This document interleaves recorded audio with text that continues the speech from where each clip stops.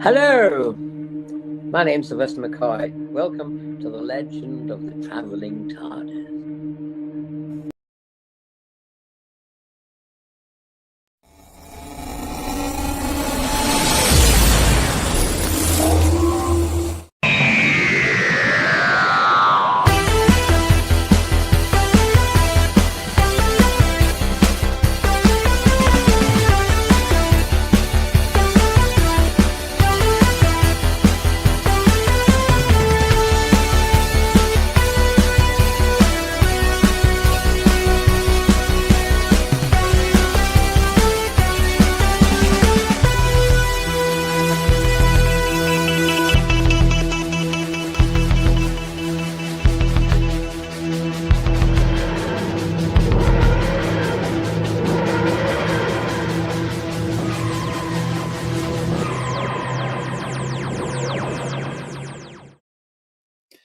Hello and welcome, fellow Whovians, to the Legend of the Traveling TARDIS.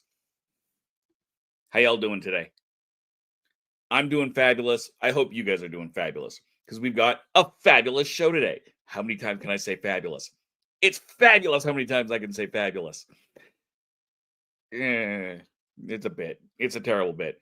Anywho, I hope you guys are doing great. We've got an amazing show for you today, crammed full of speculative, wishful thinking. As we say, Doctor, who should be the next Doctor in Doctor Who?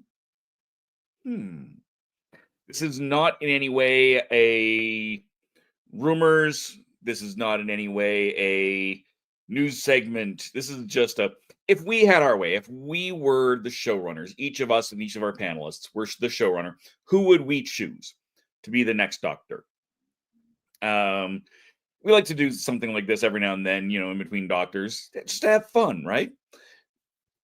So, speaking of having fun, we've got our fun producer here, looking fabulous. Oh, hey, Christian. Wait a minute. Got the brainy specs. I love these things. There we go. Now it's official. Now we're cooking with Wesson. Have a good night, everybody. Tonight, tonight we are going to be doing a little surprise, and also there's going to be a surprise for the panelists participating, and I'll explain a little bit as we go through everything.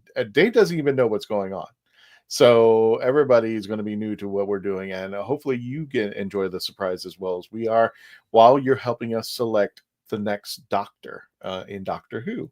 So a lot of speculations, a lot of rumors. When's the show going to be coming back? Is it off the air? Is it canceled? Well, is Billy going to be the new Doctor? We don't know. But we just want to have a little fun just to see who the next Doctor Who might be if it isn't her.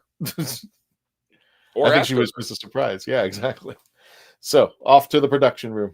Here I go. Zoop. There we go. Boom. Oh, yeah. He has been relegated off to the corner right up here. If you're ever wondering and you can hear him, but you can't see him, that's probably where he is, hiding behind our logo. This is me most of the time. Yeah, we know. That's where all of your segues came from. That's right. Moving on. Moving on. Let's just move on to Reverend Amagon. Hey, Tom, how you doing? You know, ripping through every poem like a vampire should. I had more, but the beginning of before we got on, I'm done. Okay. Did Tom freeze there, Christian, or did I? I think Tom froze. Okay, good. No, I meant he froze. I think he just held still for a little bit. That's fair. All right. So as well as Tom, we have, of course, our sweet British perspective coming from the Candyman. Hey guys, it's hot in the UK. Well, in the UK it's hot. I'm not sure what it's like in the US. It's about over the weekend. It's about 34 degrees Celsius. I have no idea what it is in Fahrenheit. Don't even ask me to convert it. But I got burnt and my hand looks like a drumstick squishy. Yes. I hope that it gets a little bit better in the next week or so, because I got about a week before I come join you. So hopefully it'll cool off just a little bit while I'm there. I'd like that. I'm not going to hold my breath, though. No. Who else do we have? Of course, our philosophy is Sean. How you doing? I'm doing just fine. I'm here in the States, and I can tell you, Candyman, that it is. If you remember when David was like, "Burn with me." That's the temperature outside right now. It's ridiculous. But I'm in the air conditioning right now, and it's nice and cool, and I'm with cool people, so I'm happy to be here. That's the problem. That's a problem in the UK. A lot of residential homes don't have aircon. So you can imagine what like 34 degrees Celsius is. I think that's like 94 or something stupid like that Fahrenheit without aircon. Yeah, it's like that in a lot of places here too. I'm one of the lucky people here. So, holy moly! Yeah, it's been not so much chilly, but we've had some rain, which is important because we've had some ugly forest fires starting up with the heat. But the last week or so, it's been a little bit more nice. It's a little, if anything, chilly for this time of year. Burn with me, Martha. Burn. But the rain was good. It got rid of some of the smoke. So we had a lot of smoke in the air from the forest fires. Isn't that right, Mr. Grisbane Adams? Yes, that is correct. Being a few hours north of me. Yeah. And just let you know, David is just holding still right now. He's not frozen. I hope. Wobble. Right. So, it's great to be here. That's how he is.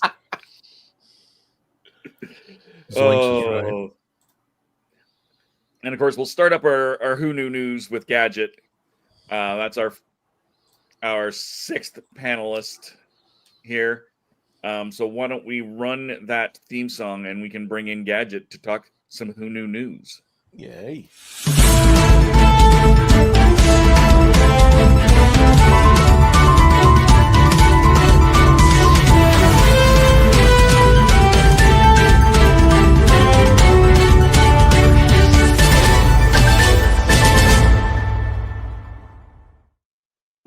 guys. You want to talk hot? Yeah. Well, it's a hot one here in New York City and everything. We're under heat advisory because it just went down a degree from 100. We're at 99, real feel 108. So yeah, and I understand how Mark feels with no air conditioner because I don't even have one. It died in 2016, along with my relationship. But anyway, let's see. Tonight's news, because I am also full of sugar because it's that hot and I had a lot of frosty drinks. We have a couple of birthdays that are really cool and stuff. Our own gem, as we should say it, Ruby, aka Amelia Eve Gibson, or Millie Gibson, as many of her friends know her, celebrates her, let's see, 21st birthday. Not bad and everything. 21st? I know, yeah, 21st birthday. God, I'm She's old. a baby. She's old enough to be my daughter. She is a baby. God. You know? She was also seen like in the original like ITV soap opera Coronation Street from 2019 2022. Also, her movie was What Marilyn Didn't Know.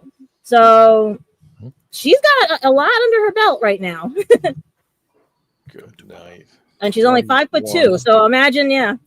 I was wondering why they put her in heels a lot and everything and stuff. But then we have a very honored birthday. We have, how do I put this? Malcolm McDowell, if anyone's familiar with his career, because I remember seeing him in Caligula and A Clockwork Orange, because I had a yes, I had a cool teacher in my Catholic school that wanted to show the philosophy behind a lot of these movies and what they led up and how it affected society as a whole. So yeah, it was I got kicked out of bioethics and I ended up in those classes. Go figure. And everything. Because the teacher wasn't getting paid. Teacher dyslexic. Anyway, he is a young. Yeah. Hey, I saw heavy metal at when I was a kid. Oh. I've been corrupted for a long time.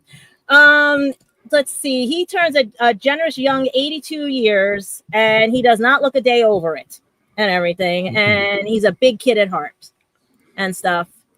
But it's a toss-up for you guys right now. Do you want to hear Peter Davidson's take on the news next of Billie Piper, or do you want to talk about the Lux episode, Doctor Who magazine number 616 with Simon's tribute? Which one would you guys like?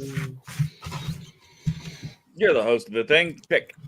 Well, because we'll go with Peter's then, because actually no, we'll leave Peter's for last because that'll tie into what we're doing and everything. And I'll put the Doctor Who magazine. If anybody has a copy of Doctor Who magazine number 616, which Ncuti and Lux on the cover, there is a very, very, very special tribute in there to our wonderful Simon. And they mention our show, The Legend of Traveling TARDIS. So if you see any of us and you have a copy, don't be hesitant to have us sign it, because I'm going to put a heart for Simon if I find you guys that have it and everything, because the tribute was done so beautifully.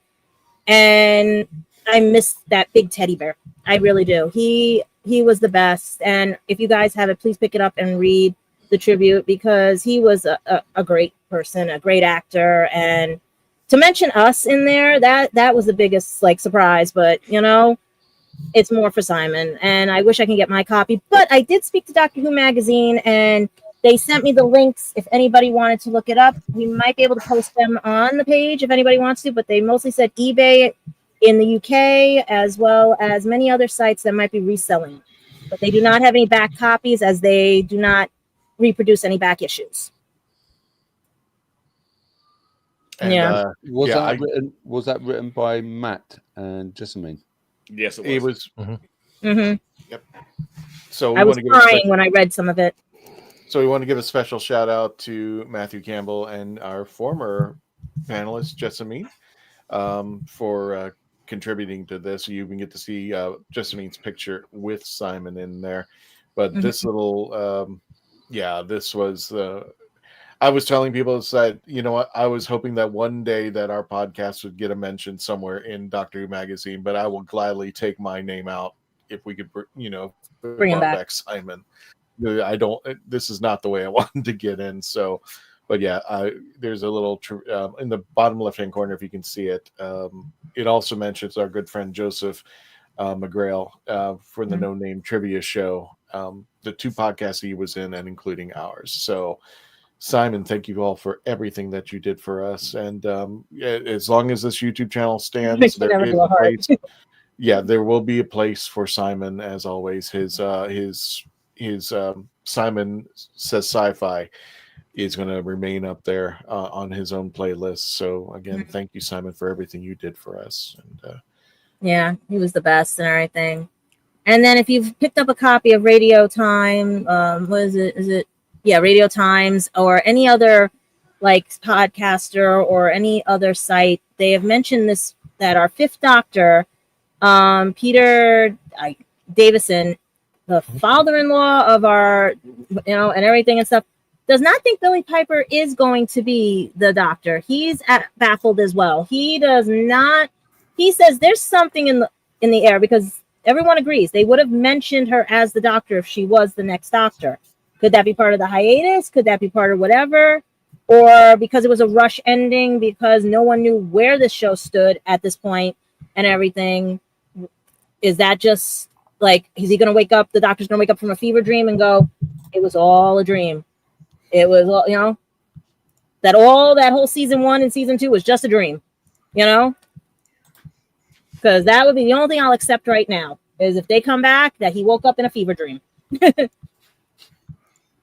Because everyone is stumped and all, but that's the craziness about everything and stuff with this genre and everything. You don't know who to believe, what to believe, and until we get it officially from the BBC and Bad Wolf Studios, I'm just taking this with a grain of salt, because she's got a lot on her plate right now. She's going to be in the Wednesday series. She's doing other things, and Ncuti's got his own stuff going on. So everybody, it's just up to the war of the land and the sea to hold up everything until we figure out what's going on. The Doctor's going to wake up. He's still going to be in the barn as a boy. It was all a dream. He never even all a dream. Well, which part was the dream? Where do you want to cut off and go, that's dream?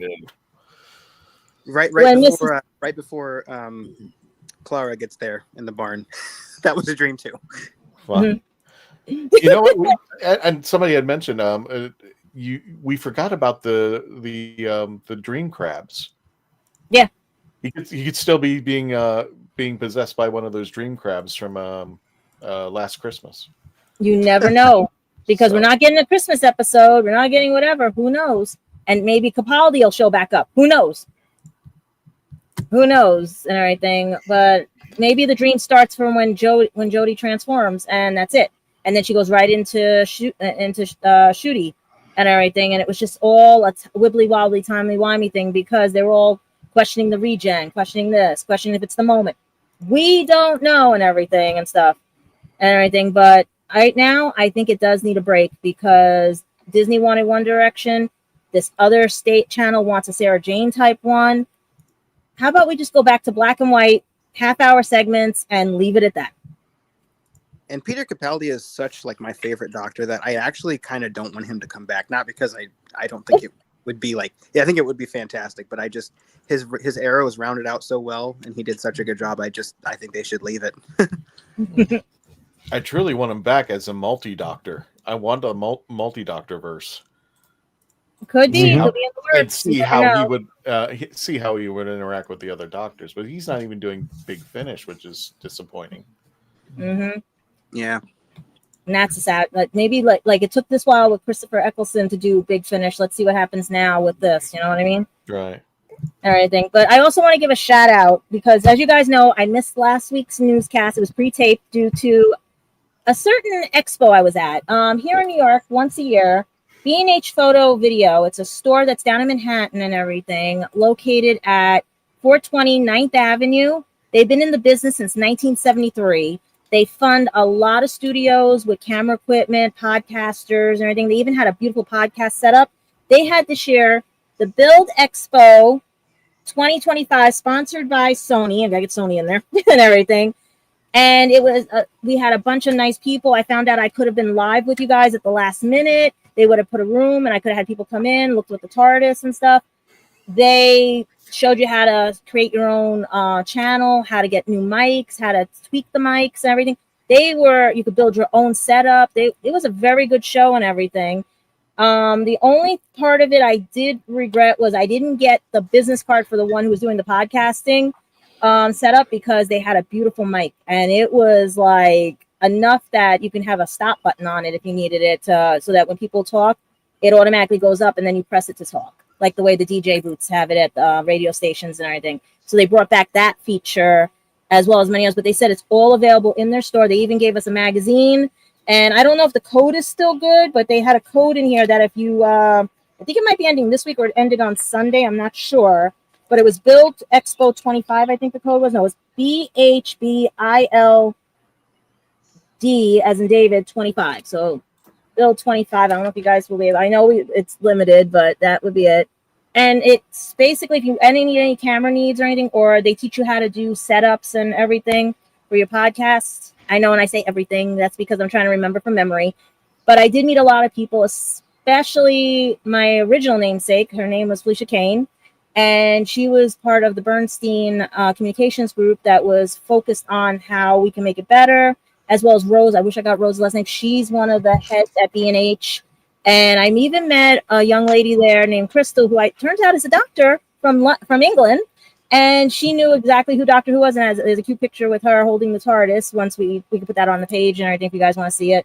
But I recommend any podcaster, if you're interested, check them out. They're online. It's B&H Photo and Video. And you can always go to the Build Expo. It's once every year. I think they're setting it up for next year to be again in May this time of 2026, but I think it might change and stuff. But it was a good event, and I recommend it to everybody. And I hope that maybe tonight it's going to be wacky and fun, because it's too hot. I'm actually here holding this like this. So far, that's all the news we have, because maybe we'll talk about those rumors of a hiatus. Or otherwise, I want to see what Christian's got in store for us. Well, before we go, before we end the news, I just want to bring up Billy's comment. He says, "Can you tell us of the career of Mr. Simon Fisher Becker, please?" Oh, I'm gonna cry.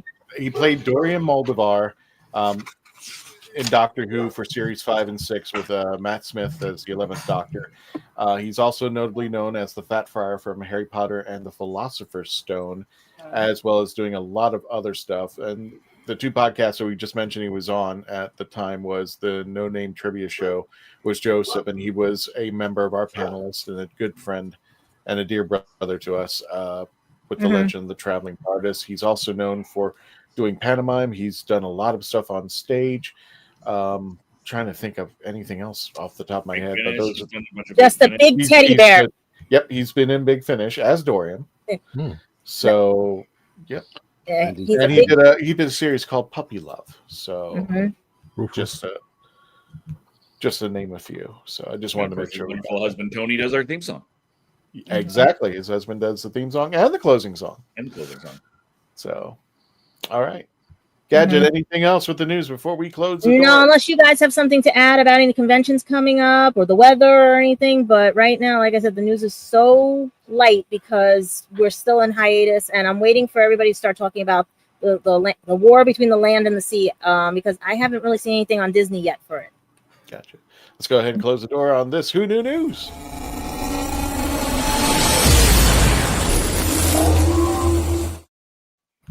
Cool. All right. So, Christian, what do you think? We are sitting at 24 minutes in. I think that's a good time to do commercial break. Yes, and I then, think so. And then we can come back uninterrupted with Doctor Who should be the next Doctor Who in Doctor Who. Sounds like a plan. When we return, please continue to log on, stay tuned, and we'll be right back.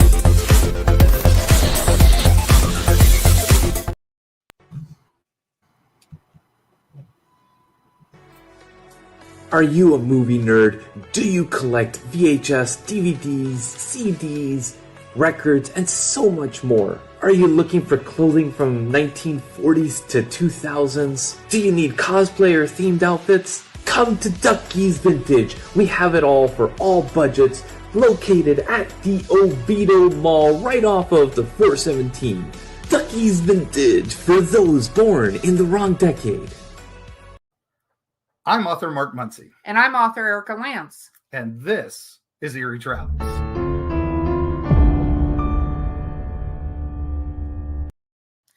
Greetings, travelers. Join us as we travel through folklore, myths, monsters, legends, and dark history. Now, we'll be your guide to the spooky side of reality as we discuss cryptids, paranormal, and all things preternatural. Sometimes we find the truth is way scarier than fiction. We're on twice a week on your favorite podcast platforms, including iTunes, Spotify, Amazon, and YouTube. We have amazing guests from all of the areas of the strange and unusual, including witnesses, investigators, and more. Yeah, with Erica's curiosity and ridiculous array of pop culture and true crime knowledge. And Mark's decades of experience diving into folklore and the legends with the truth that's behind them. Yeah, so join us, travelers, as we take you to the edge of reality, and we'll see you on the other side.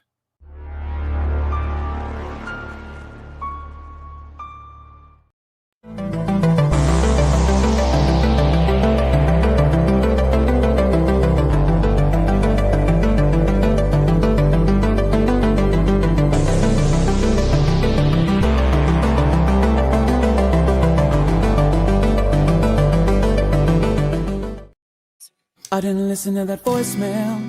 I'll tear open that letter you sent. Don't you tell your friends I want you back.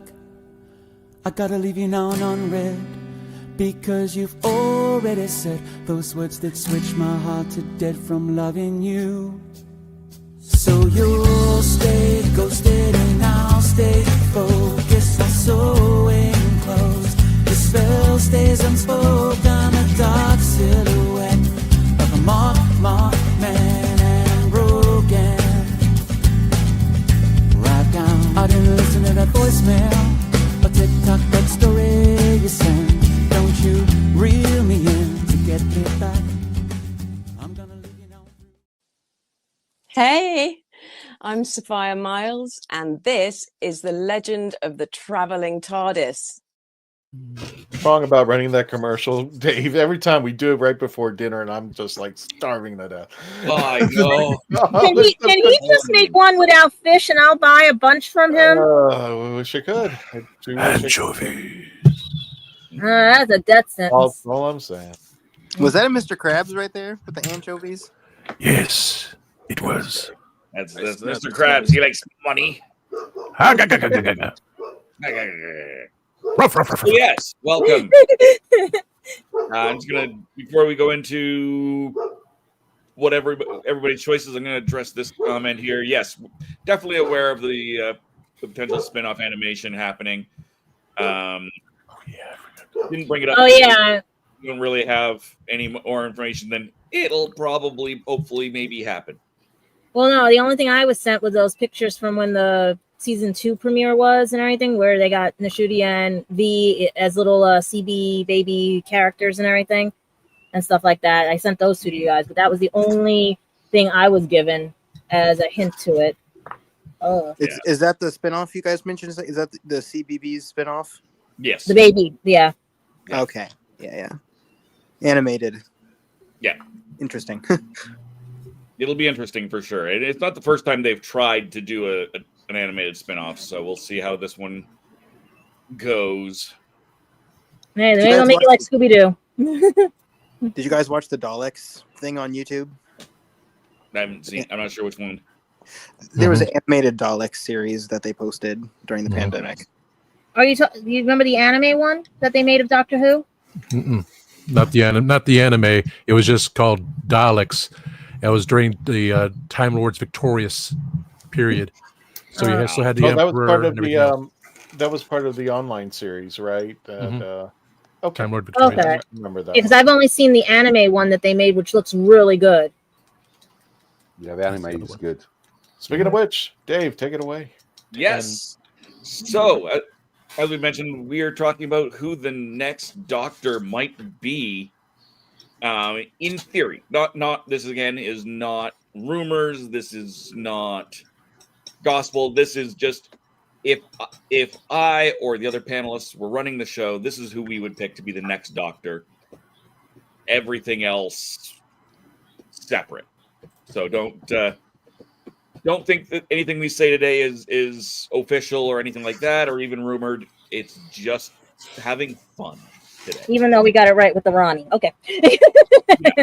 Now, again, our panelists don't know. I have a little special surprise for them. Yes. See, what I've done is, and each panelist has a little surprise at the end of their speech, so at the end of their input. So, Dave, however you want to start this off, I will explain with the first person that we go into. I just want to let you know that the panelists have selected each an actor, actress to replace to be the next Doctor. If Billy, of course, if Billy's not the Doctor. Also, I went into AI a little bit and made some pictures of what their actor or actress may be if they were to play the Doctor. So each one of them is going to get a little surprise as they're discussing who they have selected. So Dave, take it away. Who's going to be the first one? Who's going to be? I'm going to make life easy for you, Chris. Get the dice. And I'm going to go vaguely down how you have the pictures run. I'm not going to do myself first, though. Okay. So first up listed here is Mr. Grisbane Adams. Oh, I'm waiting. very well. And who did you pick to be the next Doctor? Well, a little bit of preamble. I was thinking about. I wasn't just thinking about what would be cool. I was thinking, what does the series actually need at this point? And what it needs are producers who aren't just absolutely obsessed with youth. It needs somebody who it needs producers to stop just, we need young hotness all the time because that's how we get the young people in. No, that's not like a lot of the younger Doctors. They're great for entertainment value, but like I'm a Capaldi dude myself. It's time for an older person, and so that I don't risk blowing anybody else's choices, I'm not going to run through all the options I went through, but I decided we need someone who's at least middle-aged. And although I admit I was leaning towards women, I decided we haven't had an Asian Doctor. I'd like to see that. And most of the Asian women I could think of were probably a little too famous, too big to realistically be the Doctor. Even the choice that I went with, probably a little too big, but he's big in Disney's world, which means Benedict Wong possibly is just at the highest pushing into unrealistic. But Benedict Wong. Now, Grisbane, I'm going to hold you right there for a second here. This is what I did. I took your actors or your talent's name and wrote the word Doctor Who, and I put AI. And for each person, I picked the first 3 pictures that came up. It didn't matter what they came up as. So continue, Mr. Grisbane, because now you're going to see the result of what AI came up with. Take a drink. In the first place, this is going to be terrifying. Go ahead, sir. So I mean, he is British born. He's British born. Ooh. Oh dear God, that is just awful. What is he holding? That is lightsaber. That would be a sonic screwdriver based on a microphone and a Cyberman is my guess. Look at the TARDIS. That's quite cool. That's actually quite cool. Mm-hmm. Oh, I would love that TARDIS. It's got really good colors. At least I think you just gave me an idea for in here something. So Benedict Wong, this is not him. Oh dear God. What in the? Yeah, this is AI. This is AI. I know it's not Benedict, but it's what. And this is what's taking jobs. Most people know him from, of course, the Marvel Cinematic Universe as Wong, who primarily comic relief in the Doctor Strange sub universe, but also, I mean, he is a source of authority and a good deal of pathos as well. And that's the thing, like Benedict Wong, he's a remarkable actor, and I mean he's done some startlingly good work involving or about Chinese artist Ai Weiwei, and so he has both. He's equally adept at authority and dumbassery as the situation calls, and that's why I love him. Speaking of strange. Oh, sweet Jesus! It just keeps getting worse.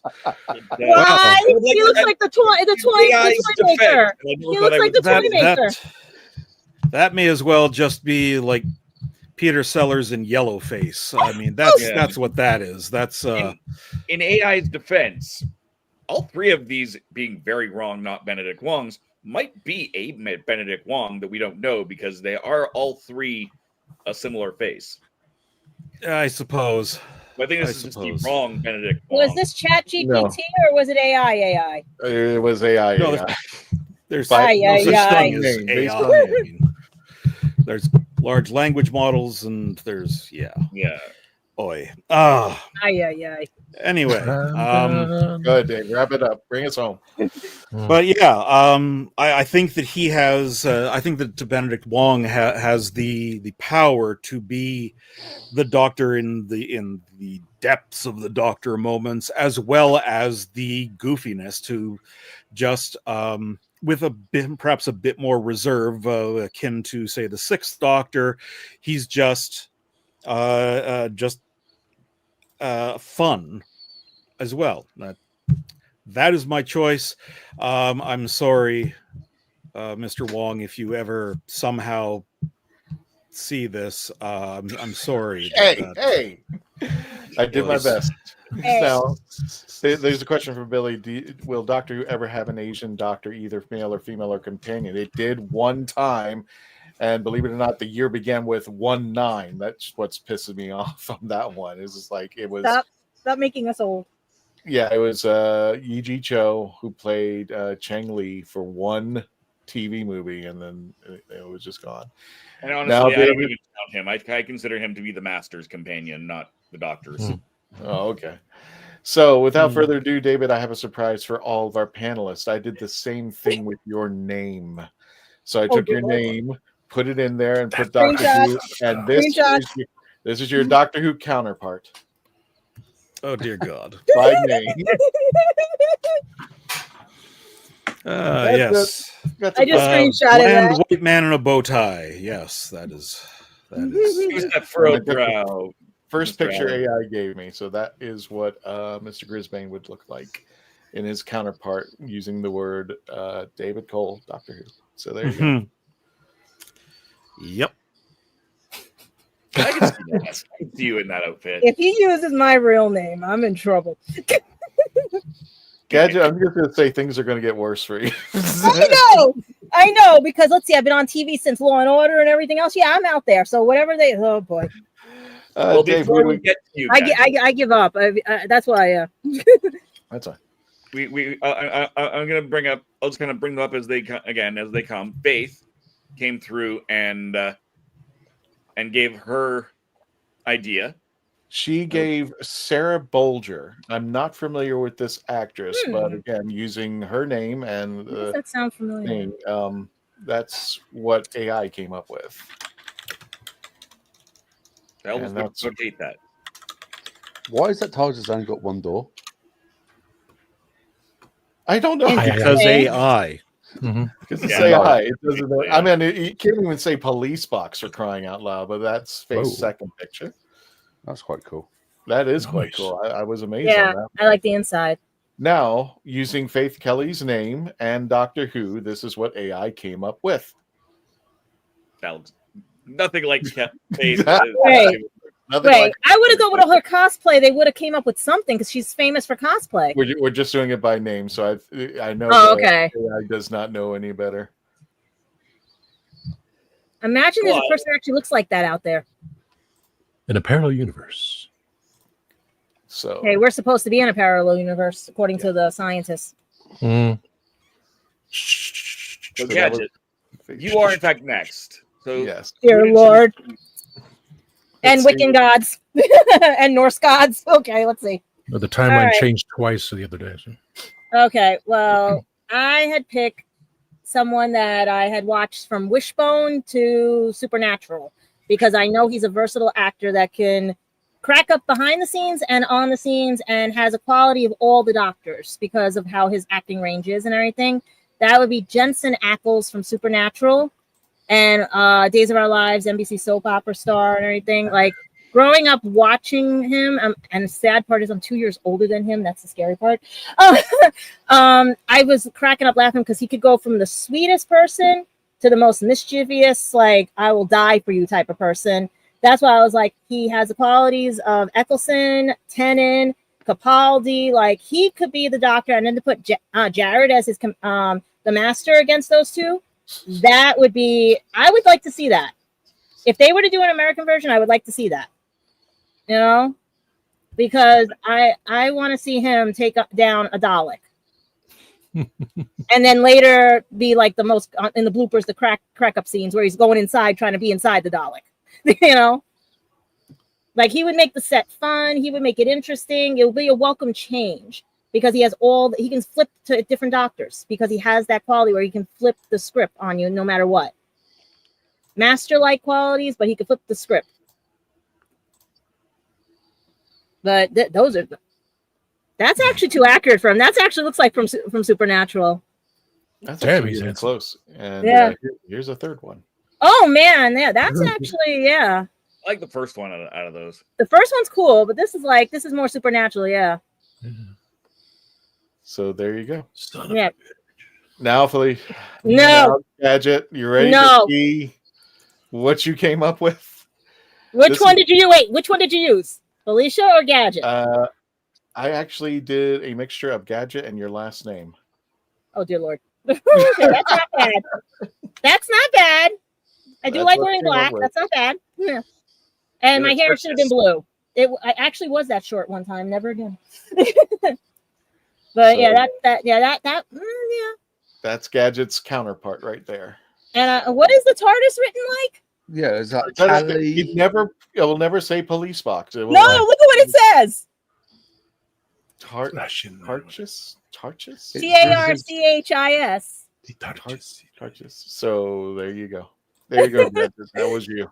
She's okay, I was scared. I thought it would have mouse ears because the last time someone did something had mouse ears. It's the Tarkus. It's the Grand Moff Tarkus. There you go. Mm-hmm. Now I will go ahead and release Gretchen. Gretchen actually. I want to see hers. I want to see hers. Hers is Michael Sheen. Ooh! It actually came out with Michael Sheen, pretty much. So it did a good job of Michael Sheen. Oh wow, he would love that. Michael Sheen. So yeah, and I know everybody's favorite is Michael Sheen. Mm-hmm. I hope he gets it. That would be nice. And here's another picture of AI Michael Sheen. Even this, yeah. The TARDIS is good. The TARDIS is good. That matches that round TARDIS. Now, using Gretchen's name, this is her Doctor counterpart. Ooh. That's wow. No Sonic though. Yeah, but Sonics are overrated. I'm not going to say what I think. The Sonic belt. She's like the Sixth Doctor. She's going Sonic free this time. So. Unless the belt, like Capaldi, had Sonic glasses, she's got a Sonic belt. There you go. What can't be Sonic at this point, right? A banana is not a Sonic. Do you want to go there? No, I just don't think before. It might relate to a previous conversation. I was thinking Sonic cell phone, just so we don't have to afford the prop. Just take out just Sonic iPhone. It's Sonic so neat. Turn on the fan. Oh no. Sorry, you see the other side. Where's my stick? Oh. Turn on the fan. Oh, it's hot. Yeah, you seen the other personality come out. Oh God, it's hot. Well, Dave, moving on. Who's next? Victim. Lights out. Lights out.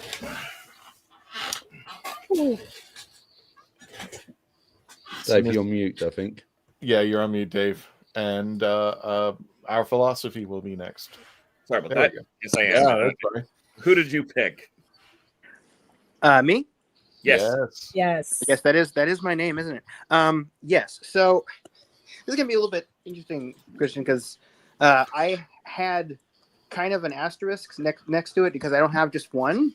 It's going to be kind of difficult to look at it while I'm talking, but my thought, and I'll be very brief. My thought was that to move forward with the show, you don't want to be looking back, but you do have to fix something I think is major that drove away a lot of fans, and no disrespect to anyone, but I think it did, and that is the Timeless Children. I think we need to get the timeline back intact. So nothing Doctor Who that does is quite as good as how it does an alternate universe. So why not have the next Doctor be Jodie Whittaker? Bring back Jodie Whittaker, and when she fell out of the TARDIS on the season cliffhanger, maybe she went into an alternate dimension, and we have a different version of that Doctor. We have 5 specials with Jodie, and you can even, if you want to, you can have another Regeneration there. And even have Ncuti come back. No 14th Doctor, no David coming back. But we go back. We don't do the Timeless Children thing. We say that was an alternate dimension. We meet new companions. We do all that. And I hope I'm not going too fast. Yes, I did just run into something. I'm going to pretend I didn't. The Doctor we have after that is, after all that gets sorted out, maybe you can have Billie Piper there if she's the Doctor. But in order to match up the timelines, you've done that, and now we can move forward with our actual next Doctor, which will be Samuel L. Jackson. That's my idea. You need someone, and I know the joke. There's one word they're not going to let him say, unfortunately, on the BBC. Maybe they should let him say it just once. You can get the PG-13 rating, but I think with Samuel L. Jackson, I don't remember who was it that said that we need the Doctor to be older again. Who said that? Dave. Yo. Oh, okay. Yeah. I'm in alignment with you on this, and we need a Doctor that can be academic. Obviously, we have that Mace Windu performance, so we know he can give that very serious kind of stilted performance there. But also, we need intensity, and it'd be interesting to see a warm, characteristic side from Samuel L. Jackson's acting. I think he could absolutely pull it off, even if you say, oh, we need a British actor or the Doctor to be British. I think he could probably do the accent, although I think the American accent would be fine because Samuel L. Jackson has a kind of unique way of talking. But just seeing him, picturing Samuel L. Jackson kind of wearing that Nick Fury serious face with a leather jacket that's also kind of academic, and seeing him calling out a whole fleet of Daleks. Who wouldn't pay money to see that, right? I mean, I think that would be really awesome. So Jodie, Ncuti, then maybe Billie, then Samuel. I know that's a not very straightforward answer, but I think it would fix the Timeless Children, and we get Mace Windu in the TARDIS. So come on. Now our philosophy. Now our philosophy and I talked earlier, and he mentioned something about Jodie, and I was like, well, AI did not disappoint. Ooh! You were mentioning about what she should wear and what she should look like this time around, and AI did not disappoint whatsoever on this series of I do like her hair being longer. And I saw her in Broadchurch, and she is such a good dramatic actor, and I really think that if her Doctor, especially an alternate universe Doctor, got to play that type of role, and it's just like Colin Baker, if he would have gotten to wear a better outfit and be a little darker, I think he could have been, that original run could have been a lot different. I think the same thing for Jodie. I just think that, no disrespect to Jodie, I love Jodie, but I don't necessarily think what she did 100% played to all of her strengths. Why does that look familiar? Because it's Jodie Whittaker. No, meaning that same look she did in one of the other shows she's done. Yeah, because that's what the AI trained on, is other images of her, what she's done. Okay. What I want to know is why that TARDIS has got a letterbox. Yes.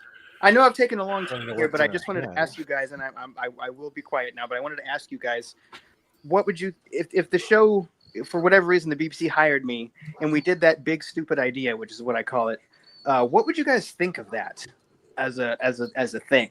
Like to try to bring in the fans and fix the timeline. Well, first of all, let's say if the BBC hires you, this is your picture, my friend. That's what it came up with. Wow. It's uncanny. I have no. What did you type in? That's what I'm trying to figure out. Your name and Doctor Who. Your name and Doctor Who. That's what came up. So. Because Bland White AI Man is taking over. Okay. The first picture that came up, and that's the picture. First yeah. picture. Well, guys, I'm gonna rip my mask off. I think we got a long way before Skynet. I'm gonna rip my mask off, and that's my real face. That's what's gonna. No, you know what? Save that picture and use that picture now. I'm really the master. That's your profile picture. Oh, Well, you do, yeah, the master. Aside from that astonishing image, would you guys like? What would you think? Yeah. Personally, I would rather just keep moving forward and figure out, and actually work the Timeless Child into what's going forward, which they've sort of started to try to do.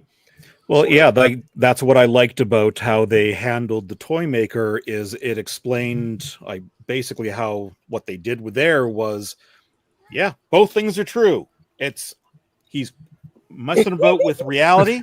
The toy maker, because of a game with the master, decided to or created basically a reality that doesn't quite reconcile with itself, because there was no Timeless Child until that happened, and now the Doctor has previous incarnations that it can't entirely remember, but is getting back in bits and pieces. So whatever the heck the writers come up with is what is going to happen. That's my salvaging headcanon too. It's like, oh, the toy maker came in there and made Chris Chibnall break the timeline. Yeah, exactly. And I dig that. Yeah, I do too. Because I hate Chibnall's entire run. I hate him. He's a terrible showrunner. I'm changing my answer to Dave's cat. No. There we go. Right, now, Christian, you need to AI Dave's cat. Oh yeah, you forgot the best team member ever. Yeah, that's fine. We can leave whatever forest and ocean need to be burned down and boiled away. I've got the real thing. That's enough for me. All right, and well, you cuddle with the real thing. We've got another cat on screen, which is Tom. Gonna kill you. And Tom, you are next, along with Simon's cat. It's not Simon, it's Sam Mittens. No, Sam Mittens. Since Sam Gloves. Rest in peace, Sam Gloves. I'm not gonna say I forgot, but I did. It's Benedict Cumberbatch. Yes, it is. Because what I remember from the clip, he was on Graham Norton's show, and he said to Graham, "Someone said to me, you'd be a great Doctor Strange." He said, "Doctor Who?" I said, "Yes, that too." What the? Oh, lion. Polis and Polion. Okay. Huh? Taking a, but look at the police box message thing. It looks like a cyber, like Star Trek. It's a Pokemon card. AI. Looks like one of those Blu-ray covers back in the day. Yeah. Oh yeah. I'm just surprised they got the face right on this. Well, I mean, it's not like it doesn't have a unique name. Yeah, that's true. And also, like 90% of his roles require one facial expression. Yeah. That looks like they stole that from the new movie with Ncuti and the Roses. It's quite possible. I really don't know. Continue, Tom. Do we have enough time to continue? Okay. Yeah, okay. I always liked him because I watched Sherlock and as Doctor Strange, and they, per Avengers, they could have easily went, because Robert Downey Jr. and Benedict and Ben, they could have went with the line "No Sherlock," but they didn't. I was disappointed with that joke. I love this picture. That's hilarious. A very 11th vibe to his look. Not the trench coat all the time, but He's a great actor. Seen him many times over. And as Christian and I had the discussions about all these things, that's what even Grisbane talked about, and our philosophy is talked about, by Asian doctors and parallel universes. But I can't bring up me as the whole thing, even though I did have everything that's what's mentioned in story form. But we can. No, you can't, Yes, because we I can. haven't finished writing it yet. Tom is as the doctor. No, we can totally do that, can't we, Christian? Tom as the doctor. I am, because I have pictures of me as the doctor. Yes, you and do. the Valion. That's Tom as the doctor. Ironically, Tom as the doctor looks almost exactly like Sean is the. I know. It's We're less fraternal panicky. twins. Less panicky. Very similar to Mr. Adams as Yep. the What, doctor. you guys all grumpy old men? Yep, grumpy old white. Oh, man. you should know about that. Yeah, I know. I'm grumpy too, because have you seen what's going on today? Yeah, it's true. No, about Next, me. The same. So No, you're in another planet. Back It's from where Yes. since you came. Christian, Yes, sir. you're next. I'm Who next. did you pick? And you know what? Sadly, I don't have my uploaded picture. Really interesting. Okay. Of all people, Oh, no. yeah, shut up. She's gonna kill you. Hopefully, she's gonna kill That's you. me. I tell you what. I'm already dead. Anyway, because I saw him in a YouTube video as Doctor Who. It was amazing. Everybody kind of knows this guy from something. He has the voice, he has the diction, he has the character. And plus, I kind of feel, as far as like the foul language, occasionally he's got the Peter Capaldi style going. But this was actually our Mark Muncie's second choice, and it was my first, and I just thought about it. But if anybody's familiar with the actor Matt Berry, from what was it? What We Do in the Shadows, and you actually can pull up his name. He does was it Stephen Toast, Toast of the Town or something like that. And there is one where he's doing a verbal audio of him being the doctor. Now he doesn't look too much like that, but kind of close. And I think he would just be terrific as a different point. I would consider him the current day Brian Blessed, as far as his demeanor and the way. Would you agree with that, Candyman? Would you see that? Yeah. He would be kind of like the modern day. And Brian Blessed was actually geared up to be the second Doctor, and it went over to Troughton. So I think this would be great. And I just would love to see his wit when he's taking on the. What does it say behind there? I have no idea. Bob. Bop it on the uppity boo. I don't know. I'm sure we're cursing out somebody in another language. So I'm Or a different dimension. There's a wonderful video of Matt Berry and Peter Capaldi reading real life letters between these two rulers. I forget who they were, but it was a back and forth between these two kings, and they get more and more Scottish. Capaldi goes completely just almost unintelligibly Scottish as it ramps up and up and up.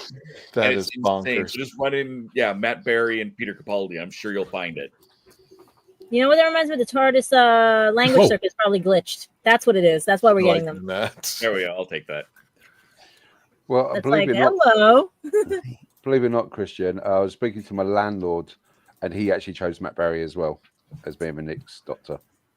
After I saw that video, I'm like, God, after everything we kind of like bummed out, I think this would be a great addition, just to have like a known comedian just take on the role and just have a good time with it. And you can tell he's a big fan. I mean, he's in the show. Why did this picture get me that maybe River just showed up and did something? Probably. Yeah. And it doesn't involve. Other thing they can win.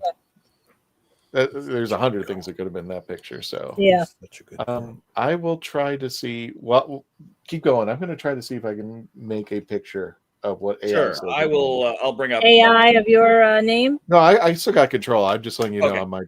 I might be a little bit. So delayed. Mark brought up Richard Ayoade. I think I've mispronounced his name, but that is not him. From the IT crowd. And he's a relatively common pick. He's definitely got the quirks that the Doctor takes. I don't know that he has the depth myself, but a lot of people, there are He would people who definitely have the love fun. him, there's people who hate him, so it would be a very interesting choice. Wait, is he the guy who played? Are you talking about the guy who played Moss? I'm not looking at the screen. Yeah, Moss in IT crowd. Morris Reminds Moss, me of the Pink. Doctor. Wow, that's a really good idea. I like that. He reminds me of Pink. Yeah, That so vibe. that's Mark Muncie's pick, Hmm. and we got another image of him here, looking a little Yeah, it's pretty New cool. New York. That's a little closer to what he looks like with his hair, at least. And the AI version of Mark Muncie. And we saw during commercial break. Ready? Sorry. The same guy. What?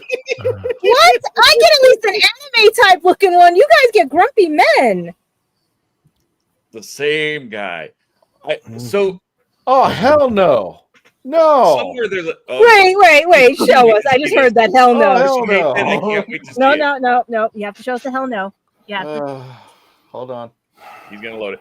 I'll Someone load it in the comments, and I started, but had mentioned a lot of Doctor Who picks tend to be very similar amongst the fandom, but the best Doctors are the unknowns. And honestly, I almost picked nobody. And in saying I want someone who's completely unknown. And honestly, I changed my answer specifically for this show. If I had my pick, it would be an unknown. It might just be this guy. Whoever this guy is, this is AI's pick for the next Doctor. Well, AI might create a Doctor Who and then put everybody out of business. That guy does look like a bit like Richard E. Grant. He does a little bit. Yeah, like his son.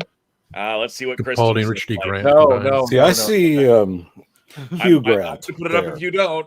Give me a second. Let me take this down there. Yes, more Hugh I just want to say that I think AI, and it's not the first time I've done AI and something weird, but AI confuses my name with somebody else.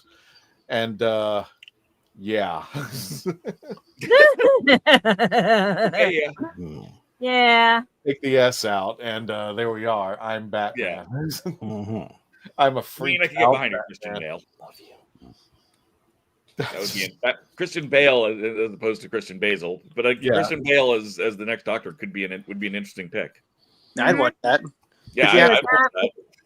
Well, he already had a TARDIS. Yeah. Howl's Moving Castle. Yeah. Mm-hmm. Oh. So with that, next up is Candyman. Uh-oh. Okay. And I don't know who this. I don't recognize this name, so I'm not going to hold my breath that AI recognized it either. Okay, so originally, I decided to pick Benedict Wong, but someone else in this panel decided to choose him. So I was thinking, great minds think alike. and believe it or not, I decided to do the AI pictures of them without me realizing Christian was doing that as well. So I came up with really, really nice photographs of Benedict Wong as a Time Lord. However, I had to choose my second bit. I wanted him to be British. It had to be a British guy. I'm sorry for my American friends and international guys, but I still think the Doctor should be British. However, I wanted him to be like Asian. I wanted him to be like, he's got the British vibe, the connections, and also the Far East and stuff like that. So bringing back more of the Third Doctor's fusion, Aikido or karate. So I decided to go with a guy called Lewis Tan. Some of you guys might recognize him as Sensei Wolf from Cobra Kai. Mm-hmm. Oh, yes. Yeah. Okay. He's no got freaking way. Wow. He's got the grittiness of the Ninth Doctor. Okay, he could be moody, he could be thinking. He's got the athletic and the martial arts of, say, like the Third Doctor. So bringing the Doctor more action and more like hand-to-hand combat, like the Third Doctor did, because I actually enjoyed some of that. Some of the You want the Venetian Kudu or I can't even say it. And so I think, I decided to stick with him. He basically grew up. He was cool. born in Manchester, grew up in Los Angeles, and he's got Chinese. So he's got both the American side, the English side, and the Chinese. So I thought, Asian. I thought that would be the best person for the Doctor. So it was the second pick. Just trying to. I'm not sure, Christian. Did you actually get my pictures of the AI? I did, but I wanted to have some fun with it. Okay, fair enough. And believe it or not, the third one, you're the only one that got a companion, or at least maybe your other persona for some odd reason. There you are. All right. Oh, that's it's almost like you're interesting. fighting with a Jodie-esque doctor. That's quite cool. But I thought that was cool. Yeah, that would be interesting. She does have what kind of like a Peter Capaldi, like his first year kind of setup. But I like his leather jacket. I don't know why; it's just all black. That was that's like pretty cool. What Colin Baker wanted when he first started out. It's very much Christopher Eccleston's sort of vibe, and I think Lewis Stan could pull this off. Yeah. Is anyone else getting slight like Hillary Clinton vibes from the other? I mean, I don't know. I'm getting vampire. Some of those vampire series that she's a hidden vampire. Yeah, that'd be cool. Like she's a vampire, but trying to do good, bit like Angel. That'd be interesting, like a female angel with the Doctor. She's a Vulpin. She's a werewolf. We copyright. We have copyrighted all these things. You cannot steal them, RT. You cannot steal them. Just give us money if you do. Mhm. I always had the image of the thought process of the weeping angels. You know how they converted Jodie into a weeping angel. Well, what if they convert one of the angels to a human and have them infiltrate the TARDIS? And they get to know the Doctor a little bit better, because it kind of almost like on Turlo's sense, he was trying to assassinate the Doctor. Well, same cause and reason with this weeping angel, but this weeping angel kind of like, wait a minute, I really like this person. Why would I want to kill him? And they get to know better, and then the Doctor finally, of course, finds out. You're trying to say by being human, it gains a soul? Possibly. We copyright that. Christian, if the same people who sent Turlo send the Weeping Angel, the Doctor doesn't have anything to worry about actually successfully being assassinated. So, just a note: I copyright nothing because I don't own any of this stuff, and I don't need to be sued. Thank you very much. There we go. Candyman. What does the Candyman look like? Mark, I am so sorry, but I really like this. I just really like this. That is actually what the heck? Okay. I like that. Christian, you got to send me that. I'll sort out with I will send you that. I just like it's like a suit. And why does that look like one of my cosplay friends? Oh, metal now. And why does that say Pride on there? What is it? Iric Pride? Auric Pride. Eric Purdy? Purdy. Eric Purdy. Well, Eric's pretty. And I have to admit, I am sorry for stealing Benedict Wong, because I mean, my first choice was actually Michelle Yeoh, but I figured she was A-list. She's too A-list at this moment to want to spend a year in Cardiff. So, that's why I was kind of trying to keep it to B-list or below.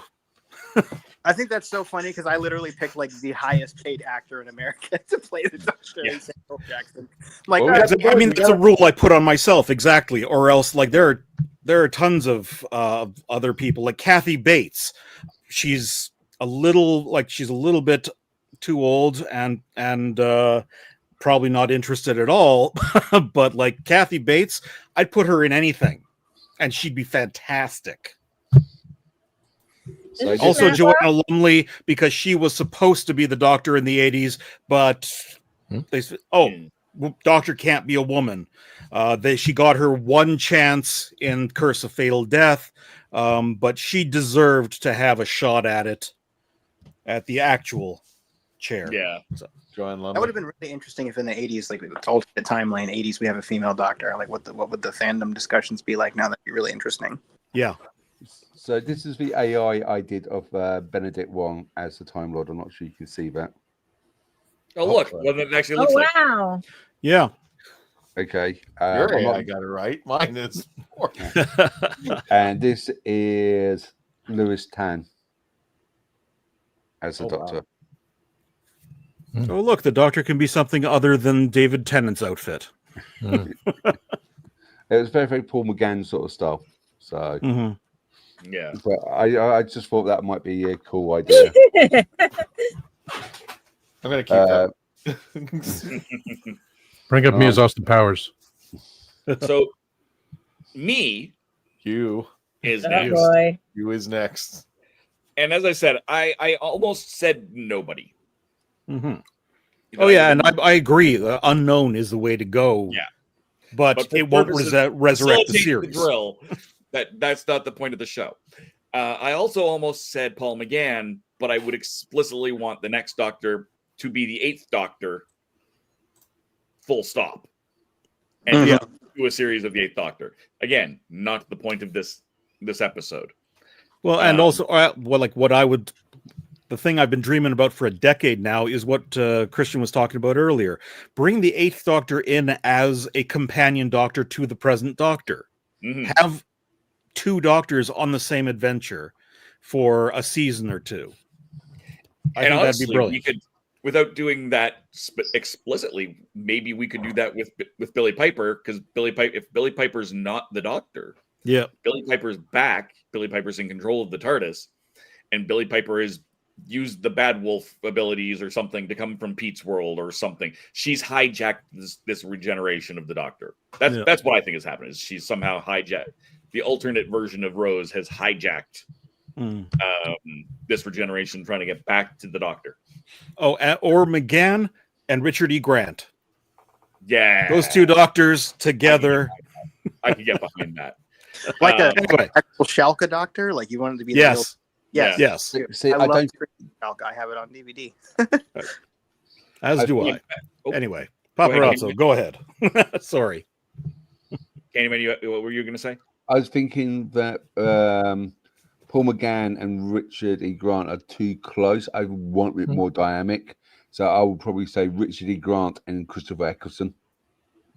So you got the fire and the. You guys are both the 9th Doctors. Mm-hmm. Yeah. Yep. Could get a question in the chat. Hey, what would you think about continuing the adventures of the 8th Doctor? And I think we all unanimously agree that should be a case.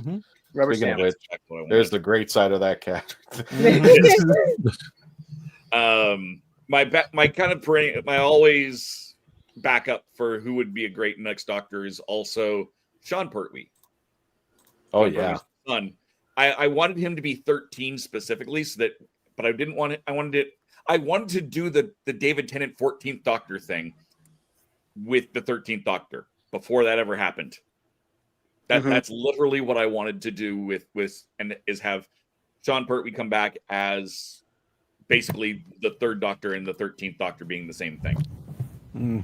That's what I was going for, and of course it never happened, and that probably never will.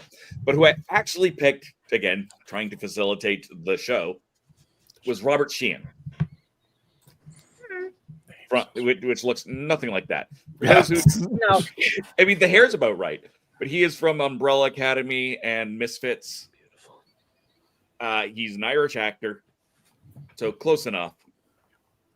Hey, watch it. He's played Richard III. He's played absolute lunatics.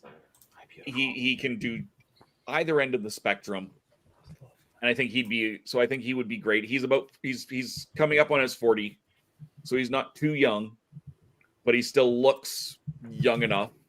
And again, the hair is about the only thing they've got right here. Pichon?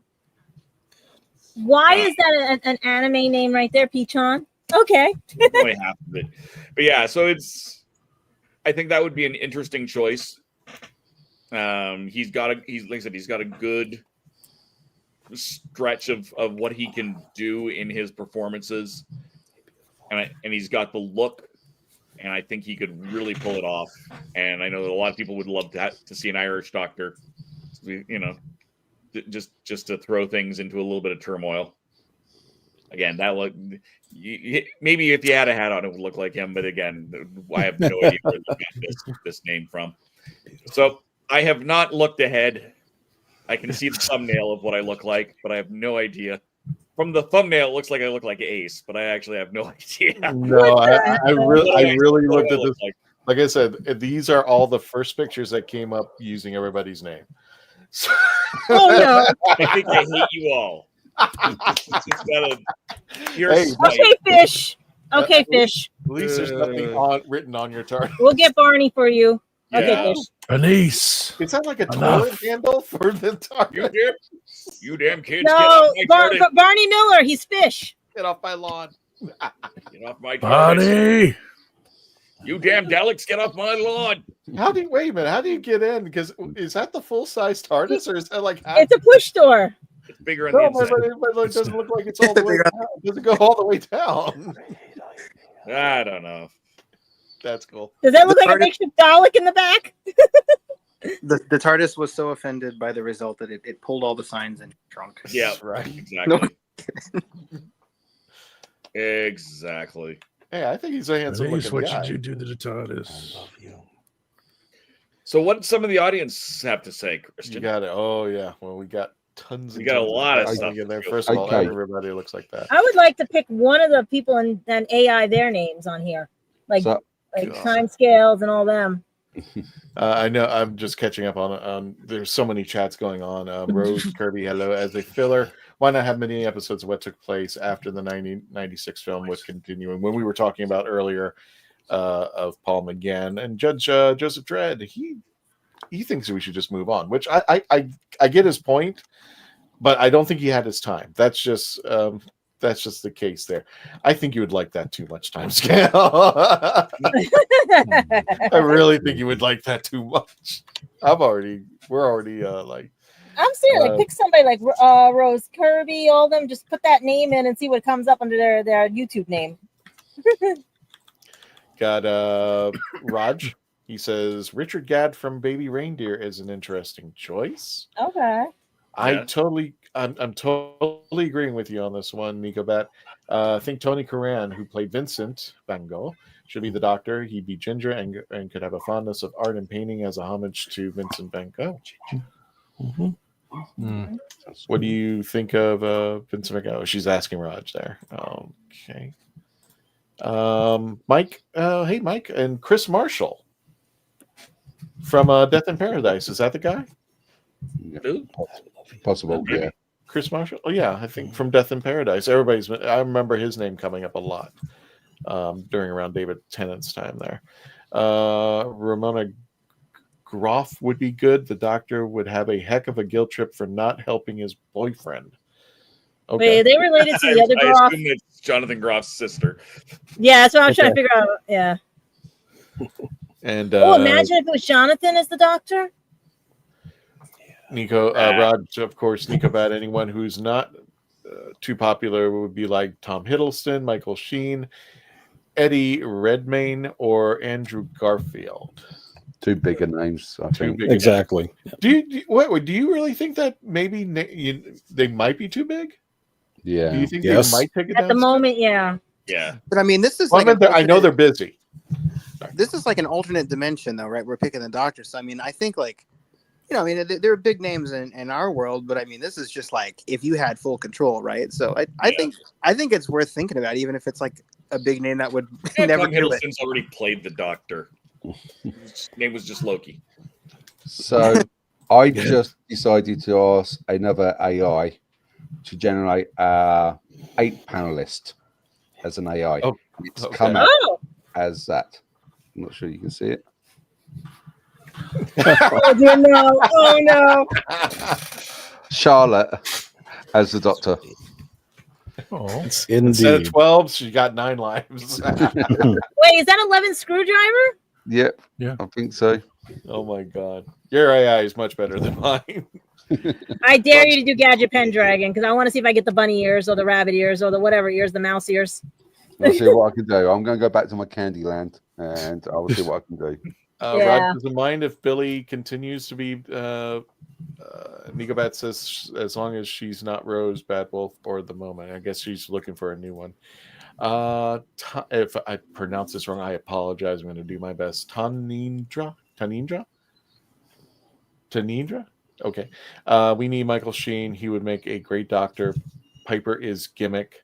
BBC has run out of ideas. It's a tease for fans out there, which I kind of think it's true on that one.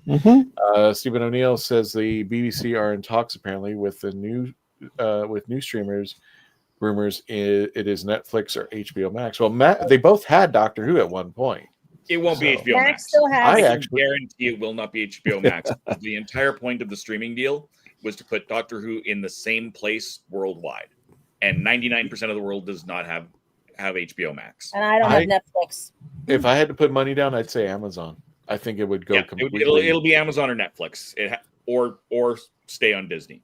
It'll be one of those big worldwide options.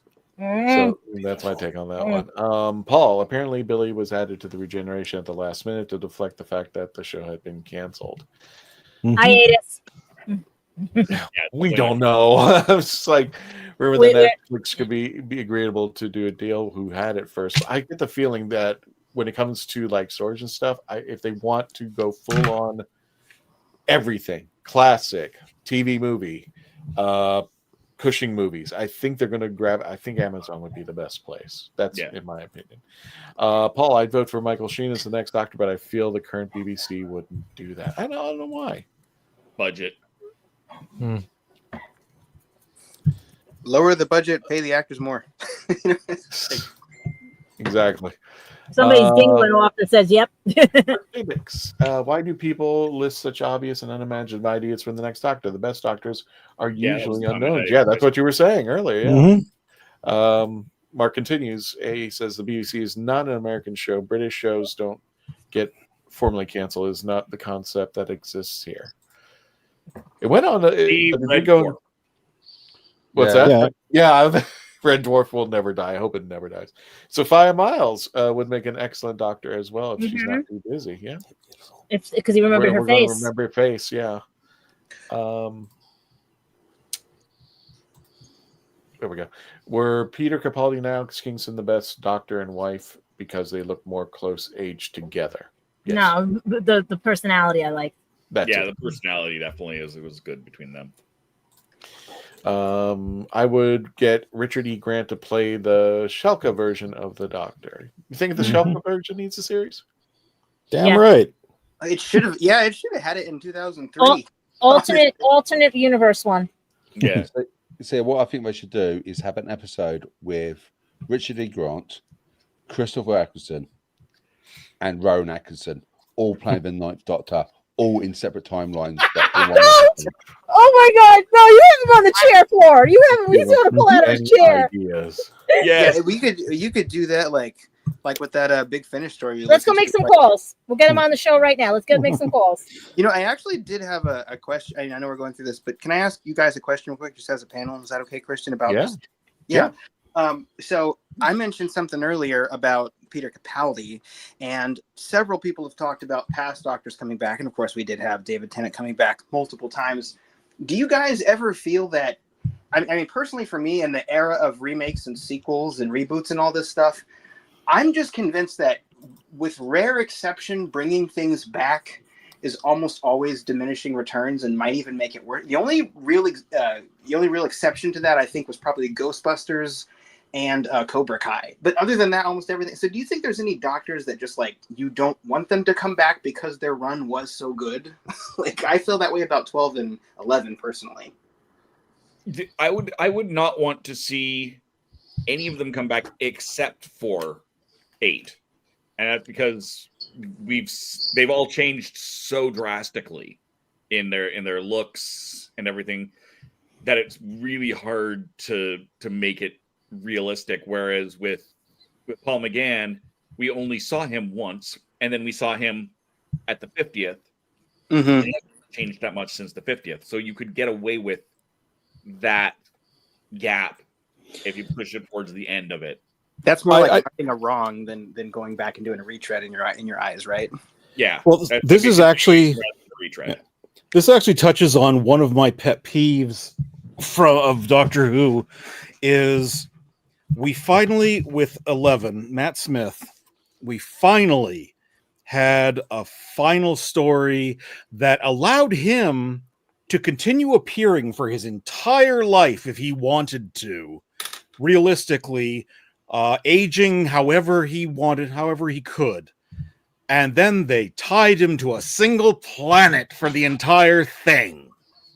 They said, canonically, he cannot leave the planet no matter how long it's been, or else everything goes bluey. Yeah. They Nicholas baked it in. They could have explained why suddenly the Doctor has a pot belly when he's theoretically dead before that point in his timeline. And they buggered it up. I apologize. We can AI her. That was my garbage disposal, if you're wondering. I'm so sorry about that. It scared me. I thought the Daleks were entering. I'm sorry. I didn't mean to Garbage disposal. Okay, here's a question for you guys. I know we guys don't like deepfake or AI, but if the original actor... Oh, no, that's adorable. If the original actor, say, for example, like Colin Baker, Tom Baker, Sylvester McCoy, did their own acting, but with deep fake of what they used to look like, would you still accept that? Yes. If they gave their approval, even if they weren't involved and they're like, yes, you have permission to use my likeness, and it wasn't like a Peter Cushing in Rogue One situation, like, then yeah, I think that would be. I think that would be, as long as it was trained on just them, and full artistic consent and all that. Then yeah, I think it's fine. I mean, personally, I just say timey-wimey, wibbly-wobbly it. And, like, they did that with, it's non-canon, really, but when 10 met 5, they did... Oh, the children need you ever were. Yes, I know. It's, timey-wimey, wibbly-wobbly, whatever. Hand wave, let's move on. I'm okay with that. I will say, too, like, I'm okay with it in principle, but I'm always like if you guys watched... any of the stuff with like Luke Skywalker coming back in Star Wars, like I always 100% of the time want them to hire a new actor to play that. Rather than AI, like if you saw the movie Dr. Sleep, which was a sequel to The Shining, they hired all new actors. They did no deep fakes and it was great. So I always want them to do that. But in principle, it's fine. I mean, Henry Thomas, the kid from E.T., channeled Jack Nicholson in that movie. Right. Bring up that alien. Christian, could you just bring up that question about who runs BBC? Let me see if I can find that. Got it. Thank you, sir. Okay. Who actually runs the BBC? Good question. It is a corporation that is technically owned by the British people, which we have to pay a TV license fee to the British Broadcasting Company, who is basically controlled by the government, but yet still an independent company. Does that make sense? So that comedian that's been going around says you can go to jail for not paying your TV license is real? That's correct. Yeah. Yeah, we don't really have the equivalent of that here in the States. I mean, the only like show I can think of that's the equivalent of like something on BBC is probably like Days of Our Lives, which like runs for like 1,000 years, despite the viewership. So.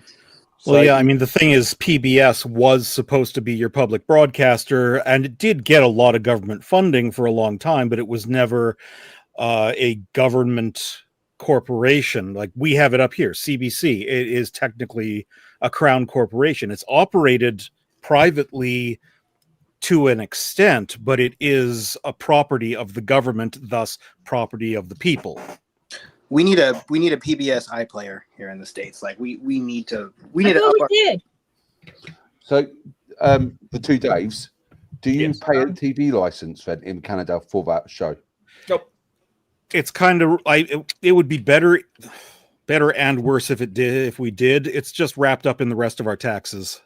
Yeah. Right. Okay. And it is because of the size of Canada and how many people live in remote areas, it is explicitly was meant to be free television / free radio for it is both for rural areas, so that there, no matter where you are in Canada, you get some of this technology and some of this access, and everybody across the country could access CBC. So with that in mind, oh, I'm so sorry, Dave. Go ahead. Go ahead. With that in mind, what would you guys think if another, if the BBC stopped producing the show, which I know they won't, but if they did, PBS or CBC, right? What would you guys think of another country's, or even in Australia, like something they have like ABC in Australia, I think. Well, PBS had it for a while, but they managed to screw that up. They licensed it. But what would you guys think about them producing it, like another country taking it up? I don't think any other country could manage it. No. Even if it was on the table, which we all know it wouldn't be. I don't see it being. I think because of how long it's been going on for, I think it's become a British institution. Yeah. Yes, and that's part of, like, you have to look at what the sort of how these entities came to be as well, because like the entire point of the BBC, the CBC, all public broadcasters is that was those government's solution for ensuring that the people stayed informed with news. It wasn't really about the entertainment that helped pay the bills for the news programs. In the United States, they decided to go the other way around, where the only way you could get a broadcast license was agreeing to broadcast public service messages, news programs, keep people going. It was the advertisers who really drove the launch of broadcasting in the United States. And the rest of the world kind of looked at how evil, advertising generally is, and said, maybe we need to find an alternative to that. And so, like, the unfortunate thing about the CBC is that it has been next door to a marketing-driven market for almost its entire existence, and as a result, a lot of people say Canada is like living above a really loud, raucous house party. Really, it's like living above a meth lab. Yeah. But don't. It is. Oh, because I babysat cats, and it turned out the apartment above is in the newspaper. It was a meth lab in my building. Yeah. Oh yeah. No, I've. But that's what's so great about Doctor Who being a public thing produced in the UK. But the problem is we haven't funded our public broadcasters. A lot of the public broadcasters around the world haven't, except for the BBC, haven't funded programming as much as the BBC did, because we started licensing shows. Like, I came home after school every day growing up. I watched Night Court or Cheers or whatnot mid-afternoon, licensed from the United States on the CBC. WKRP was a big one that I remember the CBC licensed, and that was our afternoon. We were competitive with the United States in the 70s, not to the same amount. We didn't have the same amount of output, but we did have roughly the same quality in our sitcoms and so on. So, okay, I don't know what's Mr. going Dress on. Up and Mr. Rogers and stuff all worked on the CBC. Yeah. And we had a really vibrant TV industry. I mean, SCTV, that one actually did end up being financed by NBC. It was a primarily American produced series after it came to Edmonton, where I live. So was that advertiser free when it aired in Canada? No. Okay, that's what I mean. Like, that's what I love about Doctor Who being a public. I'm sorry, I didn't mean to cut over you earlier, but being a publicly funded thing, like, that if it would have been dependent on advertisers, it probably would have got the axe several times before it even did. Oh yeah. I mean, and it's like for what Doctor Who is doing, I mean, there are going to be some duds sometimes, like the ratings are going to go down because it's summer. Ratings are going to go down because people just don't like the new Doctor or something. Like, but I love that it's a British institution. I personally want it to stay at the BBC.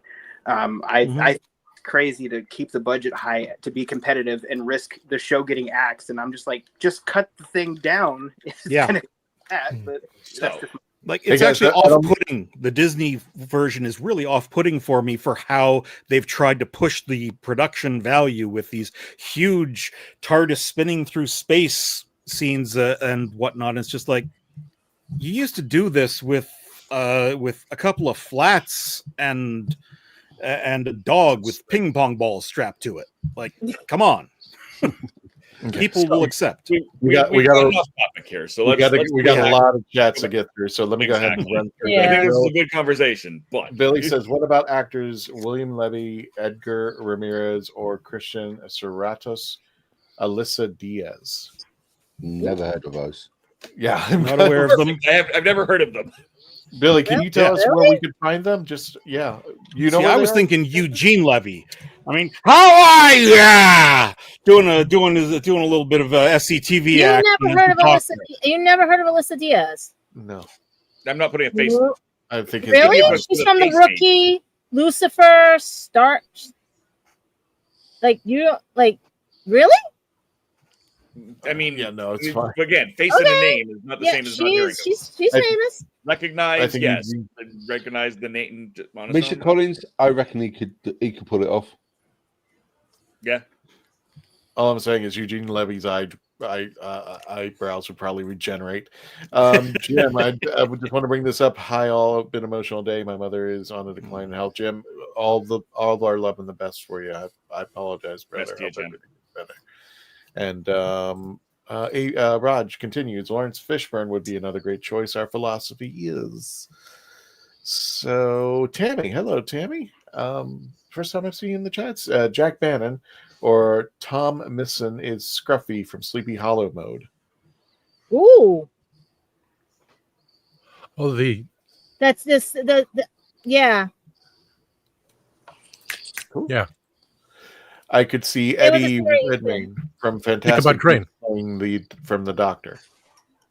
A lot of these are like really good ideas in the chat. I'm sorry, chat. I forgot that we had to read like I went going on, but these are like a lot of really good ideas. That's why we're going to jump into them. The Doctor always should be played British actor or actress. Judge Dredd. Well, I can speak with English Lee accent. Grant played the Shulka Doctor in an animated special. He was also cannot shown in Trudy's first episode with Rogue. He fits the criteria, someone older, but also known to the role. Continue. Maybe it's not Rose. Could it be the moment from 50th Spet we have has the AI feedback? Oh, by the way, the two people asked me to do AI on them. This is going to be real fast, but here's time scales. Oh wow! Same guy. Same guy. Grumpy old man. I just want to Rose Kirby. Why does that look like a combo of Cumberbatch and 11? Yeah, that's Matt. But she's the Doctor, so I don't know what Matt's doing in there. Unless they're together and they're doing a little thingy. And by the way, just love this picture of Sophia. Keep that. Oh, she's going to kill you. Yep. She has to come on. Also, Olivia Colman needs to be mentioned because she's in everything. We saw Shooty change into Billy, not to mention she's wearing his clothes. I don't see how she is not the Doctor. She is credited as not. She's not credited as the Doctor. She's not credited as the Doctor, which has happened in the new reboot. Everybody's been the Doctor or Doctor Who, but in her moniker, didn't happen. Why not have Harry Melling play the Doctor and Patrick Troughton was his great uncle? It was his great uncle. Grandfather. I thought it was his great uncle. That his grandfather's brother was the second Doctor.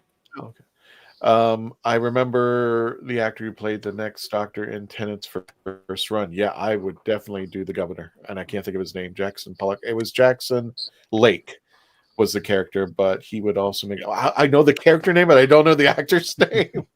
Like a good Doctor can't remember his name. Okay, we both can't remember his name. So if anybody wants to look that up real fast, go for it. I can't think of his name. The actor who played in the next Doctor. He was David something, wasn't it? David Morrissey. David Morrissey. Yeah. Aren't the actors and actresses out there that would love to play the Doctor or companions have never been on it? No, there's only 8 guys in British cinema. That's true. Rumors that Apple was looking to pick it up. Bunch of nerds and geeks in the audience. Would you accept Harry Melling as the Doctor? The second Doctor was his grandfather. Yep. Rose, hey, can you make it? Yeah, I already did. The Schalke Doctor is really weird and kind of odd. That's what I loved about Richard E. Grant. I got it on Blu-ray. And actually, he's been 2 Doctors. He was the Curse of Fatal Death and Curse of Fenrix. I mean, I'm sorry, Scream of Schalke. Blu-ray weeks ago, and it's worth the £8. Lick the mirror, handsome. They need to have him do the yeehaw again from the screen. Yes. Would you be okay with using AI? And we did get into this a little bit to bring back lost episodes that haven't been recovered yet. Wow. No, I'd rather them do them with actual human artists. Yep. They need the animation. Yeah. Malphus guy, yes, 100% in supporting creating AI examples for missing episodes that destroyed and animated ones. Yeah. So not only that, but they should be of good quality. They can't be junk. Not everybody loves the animation style in the recreations. It's true. If they make it like Bone Studio, I can live with that. Billy says they're all Latino and actors and actresses. I'm not familiar. I apologize. I would suggest if they're Latino descent but they're British, they're fine. All due respect to Matthew Jacobs, but if the U.S. Canadian 1996 somehow become a TV series, I do believe that would have destroyed the show. I don't know. I mean, Paul was really good, but it was just, yeah. I think Candyman and everybody's right. It's a British institution. To take it out of its motherland, it really just does not vibe. So. And I think they were going to do the Cartmel master plan too, weren't they? Like they were going to do that weird thing with the Doctor being the other. If they picked it up in America, which I am really glad they didn't do. Meaning that it was half human. It would have been like a Timeless Children in '96. So that's where they got the idea. I'm saying it would have been that bad of a rewrite of the lore. Anyway, I thought we interviewed Jacobs. Didn't he say he came up with the idea of the half human because of his relationship with his mother? I'm trying to remember. Was that not part of the master plan? Like it was called the Cartmel master plan, right? Am I getting that wrong? We interviewed him. Right. Well, the whole idea with the master plan, we interviewed Andrew Cartmel in our first series, and we actually brought him up because sure. No, that's right. I mean, he came up with the idea of the Cartmel master plan. That's what people were calling it. But the ideology was that we know there's more to the Doctor, but we don't go into it. You know, Timeless Children, all this crap would never have surfaced, in my opinion. Okay. With the master plan, we knew there was something like, you know, the best example of this was Silver Nemesis. At the end of Silver Nemesis, the Ace turns to the Doctor and goes, "Doctor, who are you?" Using his proper name instead of saying Professor. She's like really interested, and the Doctor just puts his finger up upon his mouth and just says shh. So that was the idea. And the thing that I agree with Andrew is there's a reason why he's called Doctor Who, because we know too much about him. The show's over. What's the point? That's the whole being, that he is an enigma. And we know there's more about him. We know that there's something going on. And maybe his history does go far back into the reaches of, you know, the origins of Gallifrey and how the Time Lords came, but we don't explore it. You know, we just knew there's something going on. I still want to know who that woman is in the 50th. Not the 50th. No, the part. What was the Doctor's mother? Yeah. Was it the Doctor's mother's? Was it the person? Who was That's she? what RTD says, but it was just a woman of the end of time. Yeah. Yeah, who stared at him, and there was like the music. Yeah. We're almost caught up on these things. Almost caught up. Billy says, "Have you ever has there ever been a Doctor that was so disgruntled with the universe and all the effort to save the universe that he walked away from being the Doctor?" Yes. That's if you the entire listen, premise of the War Doctor. Yeah. The War Doctor is actually, if you go back into Dark Eyes, the 8th Doctor. Yeah. Because he in Dark Eyes, the series, it starts. He has suffered a traumatic episode in his life, and I don't want to say too much. It really is a lot, but it has to do something with Susan. That's all I'm going to say. Something traumatic happened so hard in his life. Not only does he walk away, but he decides he might end it. It's the first time ever the doctors thought about it, but he doesn't end it the way you and I would do it. You know, what people do it. He decides he's going to run to the end of the universe, and the Time Lords stop him and go, "What the hell are you doing?" And he goes, "I want to see how it all ends. I want to know if everything I've done was worth it." And that's where I'm going to stop, because that's actually the beginning of the Dark Eye series. Yeah. But yeah, the Doctor is in, and that actually kind of introduces to where we're going to be going into the War Doctor, which I love, because the story is now the Doctor's questioning his moral compass for the very first time. Is that novel or audio or audio? Okay, that's audio. Yeah, that's Big Finish. It's a beautiful series, and I think the Master actually there's like 4 boxes or something like that, if I'm not mistaken. Four boxes, but the first box, it's heartbreaking to listen to the Doctor for the first time just kind of like give up. Yes, actually Jacobs came up with the idea of half human and the kiss. He mentioned that when I interviewed him, and in the film Doctor Who, and I directed by Vanessa Yule. Hey, I was thinking, will you be reviewing the war between land and sea? Yes. But will you be doing Tuesday night in the meantime? Don't know. Depends upon when it drops. Am I right to say that, Dave? Yeah, that's pretty much it. We've got a whole bunch of ideas. Just stay tuned for the next episode, and we'll see, because we've got some potential guests coming up. I'm sure we'll talk about some Big Finish. We'll probably talk about some other episodes that are not the new stuff. And then once War in Land and Sea drops, we will probably, big giant maybes, probably do watch parties on the night, and then the Tuesday we'll do the full review. Right. Just as we've done for the last couple of seasons on Disney Plus. Unless it shows on Tuesday. Yeah. Doctor Who as an American prospect would work. I remember Space 1999, a British show with American actors that worked for a while. The Brain of Morbius showed the Doctor had other lives before the first Doctor. This is where, I agree with Tom. This is where that line gets so skewed, because depending upon where you sit, there is supposed to be, and especially I think the Big Finish audio Vengeance of Morbius, those belong to Morbius. And in fact, I think I don't remember if it was here or on another podcast, but I remember that we had a debate about that, and it was like, one of the things that I challenged was that Morbius keeps asking the Doctor, "How long have you lived? How long have you lived?"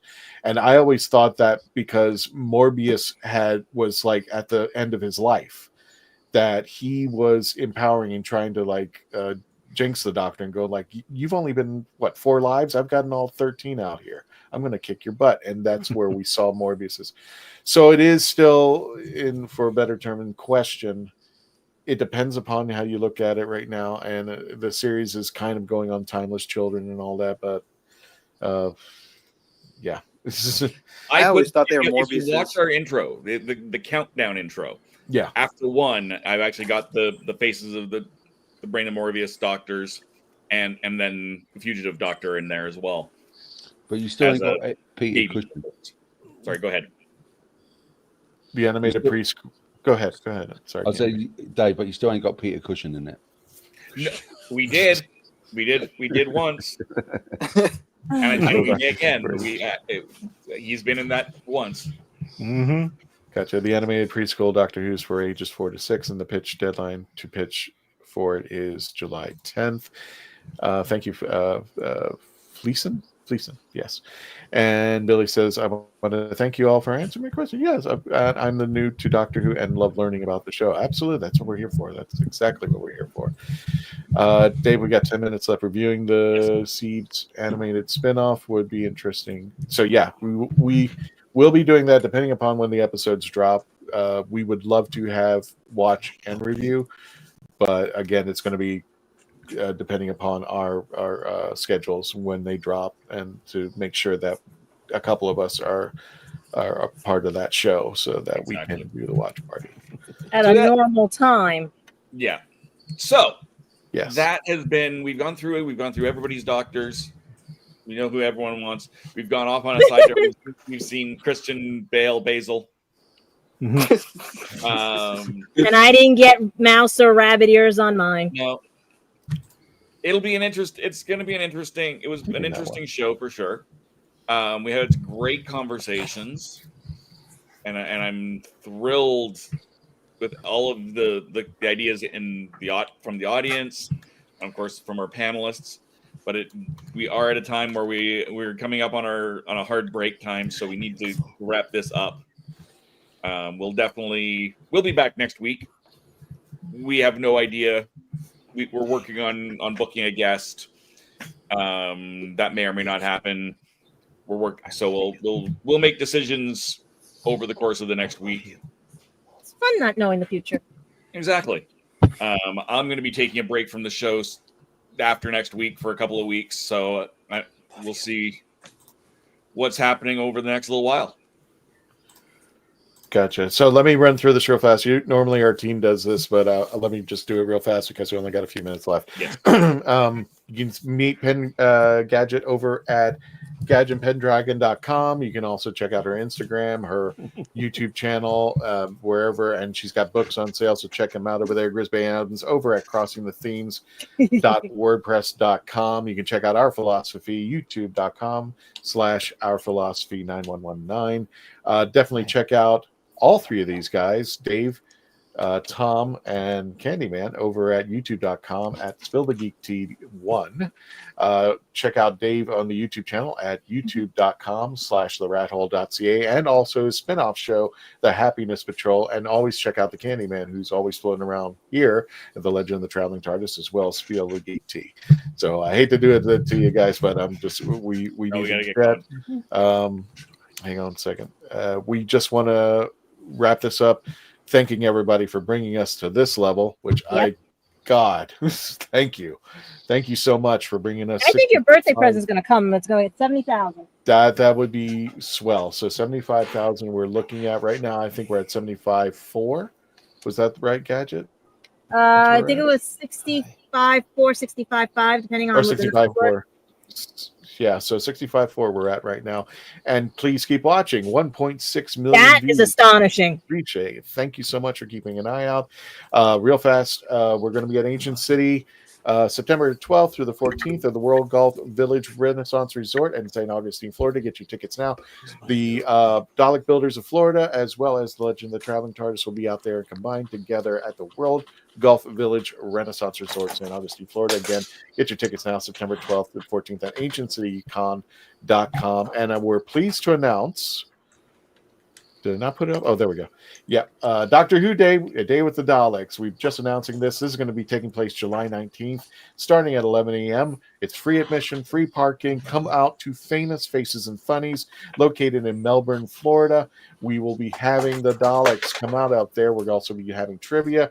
We're going to have cosplay contests.